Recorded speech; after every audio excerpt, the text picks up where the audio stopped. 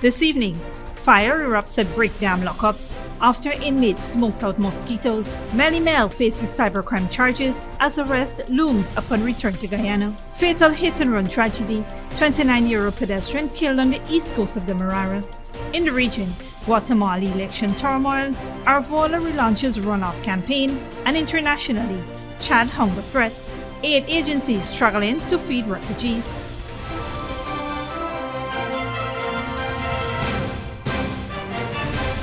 Welcome to this broadcast of Channel 2's Headline News Update for July 17, 2023. I am Baby Bacchus. Thank you for joining us. First up, Stephen Howard, an inmate at the Brickdam police lockups, has claimed that he accidentally started a fire in his cell on Sunday while attempting to smoke out mosquitoes. According to Howard, he found a lighter and a piece of toilet paper in his cell when he entered on Saturday. In the early hours of Sunday, mosquitoes began biting him, prompting him to light the toilet paper and place it on his cell door to ward them off. However, around 10 minutes later, Howard noticed that the lit toilet paper had fallen onto a mattress on the floor, causing a fire to ignite, prompting other inmates to raise an alarm. Howard extinguished the fire by using water from a plastic bottle he had with him. After providing a verbal statement to the police, he stated that he had nothing further to add and refused to provide a written account or participate in a video interview. Fortunately, the fire did not result in significant damage to the lockups. Authorities are currently conducting ongoing investigations into the incident. In other news, police are investigating a report of a hit-and-run fatal accident on the Fowlis Access Road, East Coast Demerara, on Sunday, July 16, 2023. The accident involved an unknown vehicle and a pedestrian 29-year-old Amir Basalt of Fowlis, East Coast Demerara. Enquiries disclosed that around 1:30 a.m., the pedestrian was walking north along the eastern side of the Fowlis Access Road, and whilst in the vicinity of 15th Street, he was struck by an unknown vehicle, which caused him to fall onto the road surface and received injuries to his body. Basalt was picked up by the police in an unconscious state and taken to the Georgetown Public Hospital, where he was pronounced dead on arrival. Subsequently, a 23-year-old motorcyclist from Fowlis was arrested and is in police custody. His motorcycle, which had damages to the left side front and traces of blood, was taken to the Coventry police station, where it was lodged to be examined by a certifying officer as investigations are in progress. We now turn our attention to human rights and political activist Melissa Atwell, also known as Melly, who is facing multiple cybercrime charges filed by the Guyana Police Force. The complaints include a former government minister, a privately owned hospital, and several members of the Guyana Police Force. Atwell, who is currently out of the country, responded that she will not be intimidated and will have her lawyers handle the charges. Headline News understands that whenever she enters Guyana, she will be arrested as a wanted bulletin is expected to be issued. Atwell has received recognition for her activism, including the Caribbean Impact Award in 2022, presented by the Mayor of New York, Eric Adams. In response to the charges, she defended her actions, stating that citizens should be allowed to criticize the government without fear of prosecution. Atwell emphasized her dedication to helping underprivileged and expressed her willingness to face the consequences of speaking out against victimization and injustice. Stick around when we return. Low-income families on the East Coast to receive new homes under Core Homes Initiative, and President Ali launches Operation Clear Up to resolve land title issues.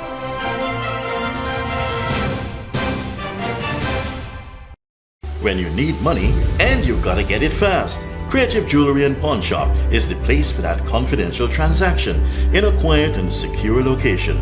You'll get the highest value per pennyweight for your gold and also enjoy the lowest interest rates and longest payback period too. Yes, for that instant transaction to solve a pressing financial problem. That Creative Jewelry and Pawn Shop, 46 Boyle Place, that's between the Ministry of Housing on Brickdam and White Castle Fish Shop. Be your first and only choice. Creative Jewelry and Pawn Shop, safe and sound, solid and secure, always there for you. Telephone 231-7878 and 223-8955. Smart Minds Educational Institute, offering preschool, nursery, and primary levels. Finally, a school that is every parent's dream. Located at 69 Crow Street, offering academic excellence, trained qualified teachers, small class sizes, personalized care, and one-to-one attention for your little ones. At Smart Minds, register for full-time or evening classes, daily practice pass exam papers for proficiency at the grade 2, 4, and 6 assessment, and CXE exam preparedness. Or join our Becca Phonics reading and writing program. So if your child is for preschool, nursery, or primary level, come to Smart Mind, located at 69 Street, or call 231-4885 or 600-9229 to enroll now.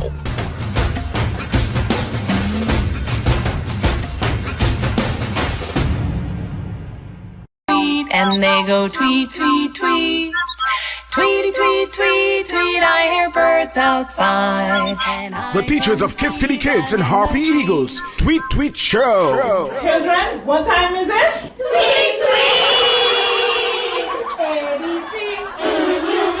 1, 2, 3. The life of a teacher in and out of school. Sunday, July 2nd at the National Cultural Center. Doors open at 7 p.m. and admissions $1,000 and $1,500.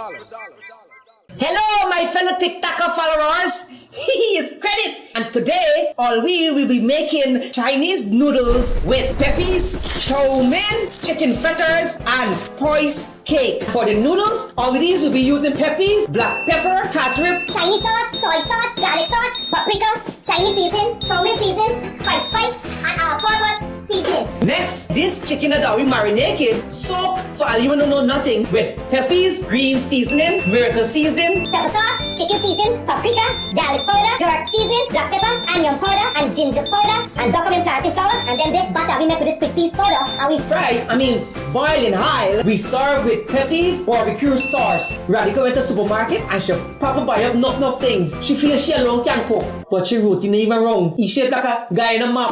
Peppies has a wide range of ingredients available at supermarkets nationwide. Peppies, we put the pep back into your kitchen. Good girl forget things.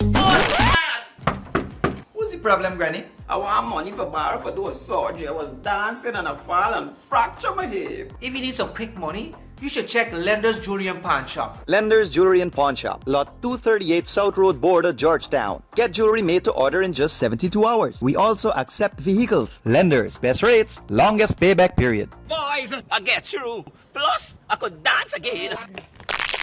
Lender's Jewelry and Pawn Shop.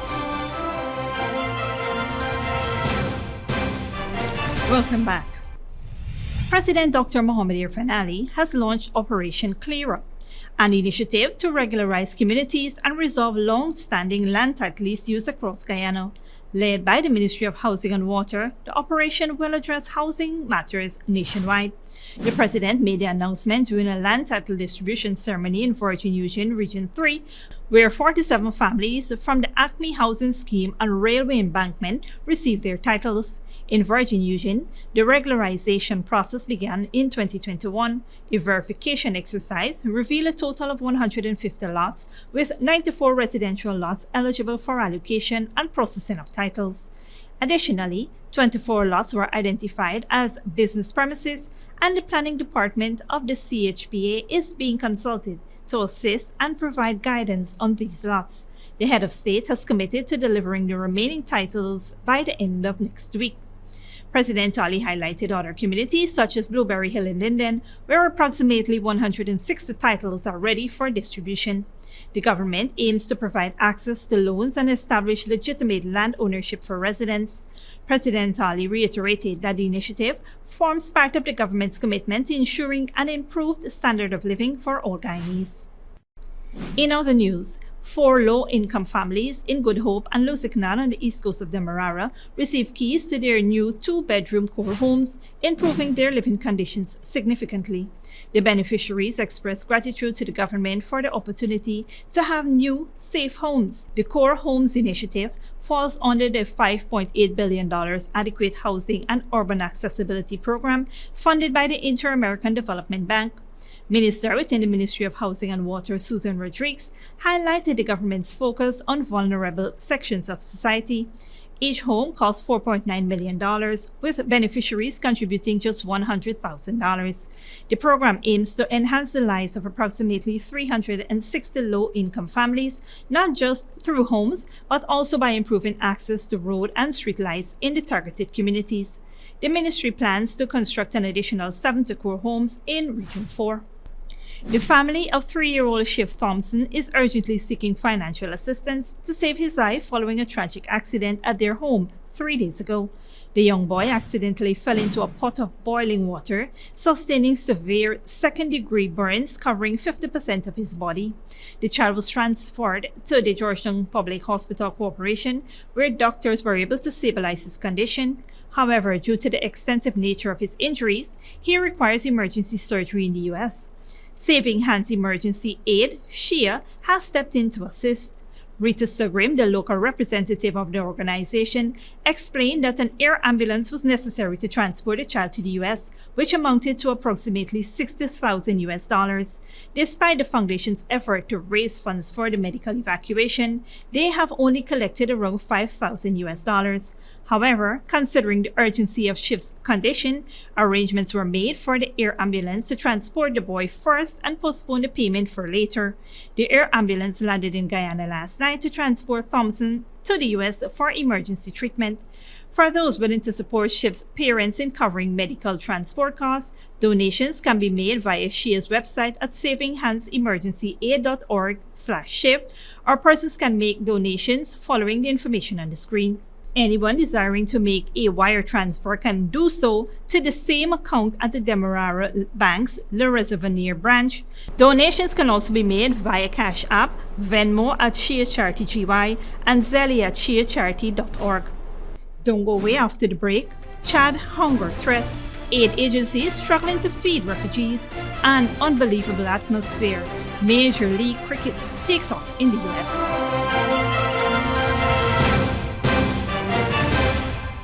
Good girl forget things. What's the problem, Granny? I want money for borrow for those surgery. I was dancing and I fall and fracture my hip. If you need some quick money, you should check Lender's Jewelry and Pawn Shop. Lender's Jewelry and Pawn Shop, lot 238 South Road Border, Georgetown. Get jewelry made to order in just 72 hours. We also accept vehicles. Lender's, best rates, longest payback period. Boys, I get through. Plus, I could dance again.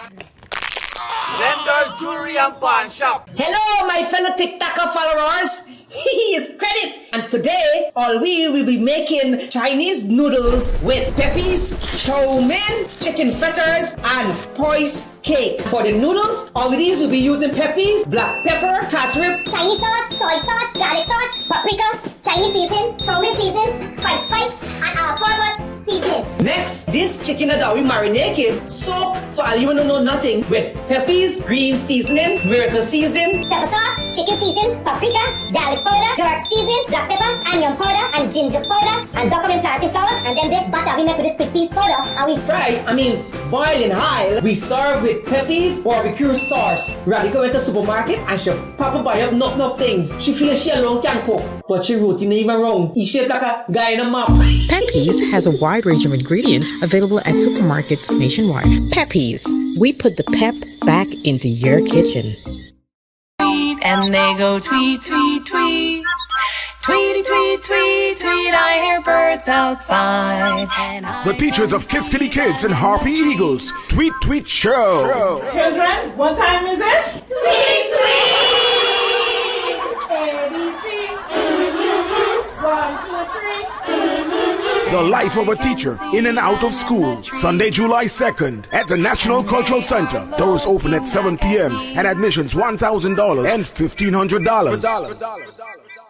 Smart Minds Educational Institute, offering preschool, nursery, and primary levels. Finally, a school that is every parent's dream. Located at 69 Crow Street, offering academic excellence, trained qualified teachers, small class sizes, personalized care, and one-to-one attention for your little ones. At Smart Minds, register for full-time or evening classes, daily practice pass exam papers for proficiency at the grade 2, 4, and 6 assessment, and CXE exam preparedness. Or join our Becca Phonics reading and writing program. So if your child is for preschool, nursery, or primary level, come to Smart Mind, located at 69 Cross Street or call 231-4885 or 600-9229 to enroll now.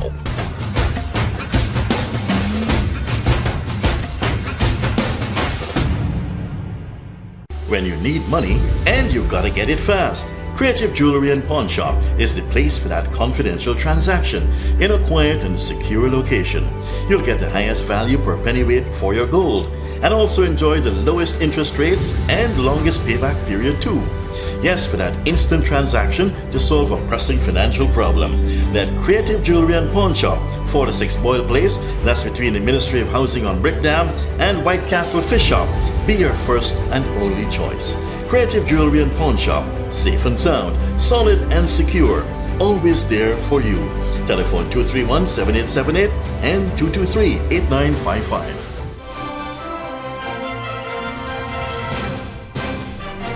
Welcome back. Now let's take a look at what's happening in the region and around the world. Campaigning for the presidential elections has resumed in Guatemala following days of controversy over the runoff schedule for the next month. Al Jazeera's John Holman reports. Bernardo AREVALO is on the campaign trail in Guatemala. But just a few days ago, it looked like he'd be permanently thrown off it. The Attorney General's office had tried to suspend him from Guatemala's presidential runoff, accusing his party, Semilla, of registering thousands of members illegally in order to qualify as a party. AREVALO denies that and says the charge was politically motivated. It was quashed temporarily by the Constitutional Court, but he told us he expects more legal challenges ahead. And we know that they're going to be, they probably will try to use whatever measures they have at hand in order to try to stop us. Well, first of all, I think that the they he refers to is not just the Attorney General's office, but an entrenched oligarchy in Guatemala that he says fears Semilla's push for reform. And the basically corrupt system of political parties and people that have been milking the cow of the state and that now they're about to lose everything. 3 other candidates were thrown out of the race before even the first round of voting, among them the frontrunner. All were considered capable of changing the system. We are very aware that this is no longer about Semilla, this is about the people, about everybody, this is about the nation. And it has been really very rarely in the last years that we have seen such wall-to-wall alignment of people saying, no, we're fed up, we have to contain this attack to the institutions and we need to go ahead. After the disqualification of the other candidates, voters spoiled or left empty one of 4 ballots in the first round. Others voted for AREVALO, formerly polling at less than 3%. That was a protest against the system, and our 12% is again a protest against the system. If you do become president, what's the most important thing for you to do? That we need to show the people that once you take out corruption from the formula, you can get institutions to operate again and to begin to deliver everything that we need in this society that has been abandoned by a system that has not been about the needs of the people, but the needs of that corrupt clique. Strong, clean institutions. AREVALO says it's the base to tackle Guatemala's myriad problems. Unemployment, rampant street crime, the second worst infant mortality rate in the Americas. But the investigation against his party is still open. Despite the injunction, the Attorney General's office is not backing down.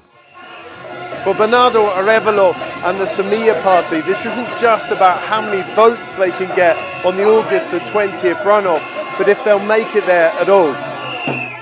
If they don't, there'll be even more questions than before about Guatemala's teetering democracy. John Holman, Al Jazeera, Santa Maria de Jesus, Guatemala. Internationally, food supplies are running low in Chad, where aid agencies are struggling to feed 270,000 recently arrived refugees from Sudan. The World Food Programme says malnutrition is increasing and it has only a few weeks of supplies left. Al Jazeera's Ahmad Iris reports. Fatima Dawood replants her farm after the previous crop failed. It's been weeks since any significant rainfall in eastern Chad. Now she can only wait and hope for a change in the weather. The rains were better last year at this time. I fear this could mean poor harvest or worse. Farmers here say they continue to see less and irregular rainfall, resulting in crop losses. But it's not only poor rains that's causing so much pain to farmers. Even when the rains come, we lack the necessary tools to cultivate crops. Seeds are beyond our reach. With each passing year, the area of cultivated land in Chad shrinks as the effects of climate change become more severe. Agriculture output is also reduced. Lake Chad, which provides livelihoods for millions who live around it, continues to shrink in size from 25,000 square kilometers 50 years ago to just 1,000 today due to drought and climate change. That jeopardizes the jobs of 20 million people and fuels food shortages as well as higher prices. Global supply challenges caused by the pandemic and the war in Ukraine have worsened things here. Food inflation has risen to such a level that families are forced to skip a meal in order to afford the next. The lack of security has also affected food production. Cases of malnutrition are increasing. Today we have already 2 million people in Chad, Chadian people, under severe malnutrition. It's, I think, the fourth times in the last decade that we have such an issue with food insecurity. That was even before the arrival of 270,000 recently arrived Sudanese refugees, in addition to the 400,000 already here for the past 20 years, all further complicating the already serious food shortage in this landlocked country. Ahmed Idris, Al Jazeera, Adre, on the Chad-Sudan border. And finally, last Thursday saw the launch of what could be a hugely significant new T20 league in the United States. More than $100 million has been pumped into the creation of Major League Cricket. The first match took place in front of sellout crowds in Grand Prairie in Texas. Al Jazeera's Tabish Talib reports. These scenes aren't from India or Australia, they're from the United States. Fans packed into a sold-out stadium in Texas to usher in the start of Major League Cricket. This is insane. My family flew in from LA. So, I mean, everyone's hyped. This is exciting. While it has more than 1 billion fans across the globe, cricket had yet to crack the American sports landscape, dominated by highly profitable sports industries like the NBA, NFL, and Major League Baseball.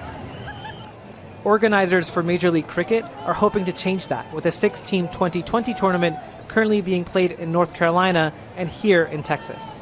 As soon as the people start to understand how the game is played, I don't see why it wouldn't catch on. It's a very catchy kind of game. It's high-paced and a lot of action all the time. Calvin Savage moved to the U.S. from South Africa 18 months ago and was drafted to play for the Texas Super Kings this season. A couple years ago, I never ever thought there would be cricket in America, let alone me getting to play cricket in America. While the stated long-term goal is to invest in American players, those involved in the league say the addition of big stars from overseas will help bring in the fans. Stephen Fleming once captained New Zealand.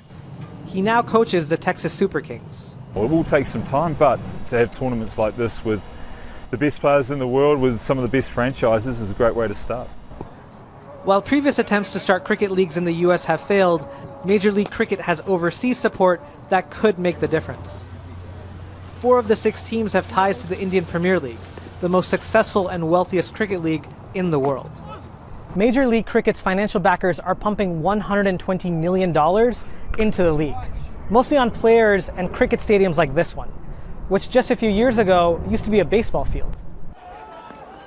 And with an eye to building its brand, the league has secured broadcast deals around the world, including a specialized streaming service here in the US.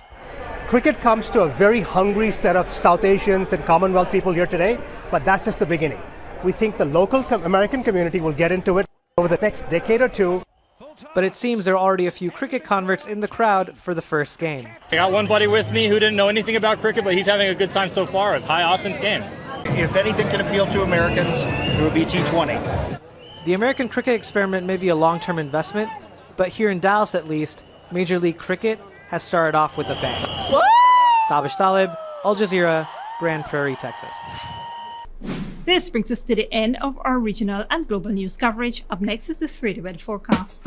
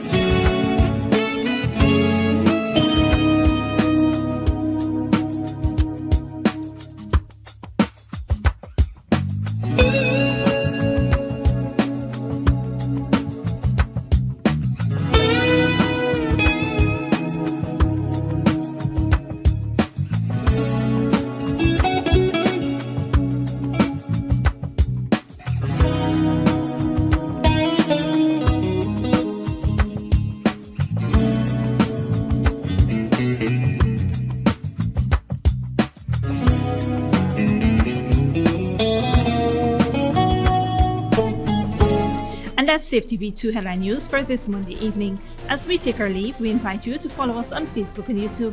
You can tune in tomorrow morning at 6:30 for a rebroadcast and at 7 p.m. for more news. Until then, please take care of yourself and each other.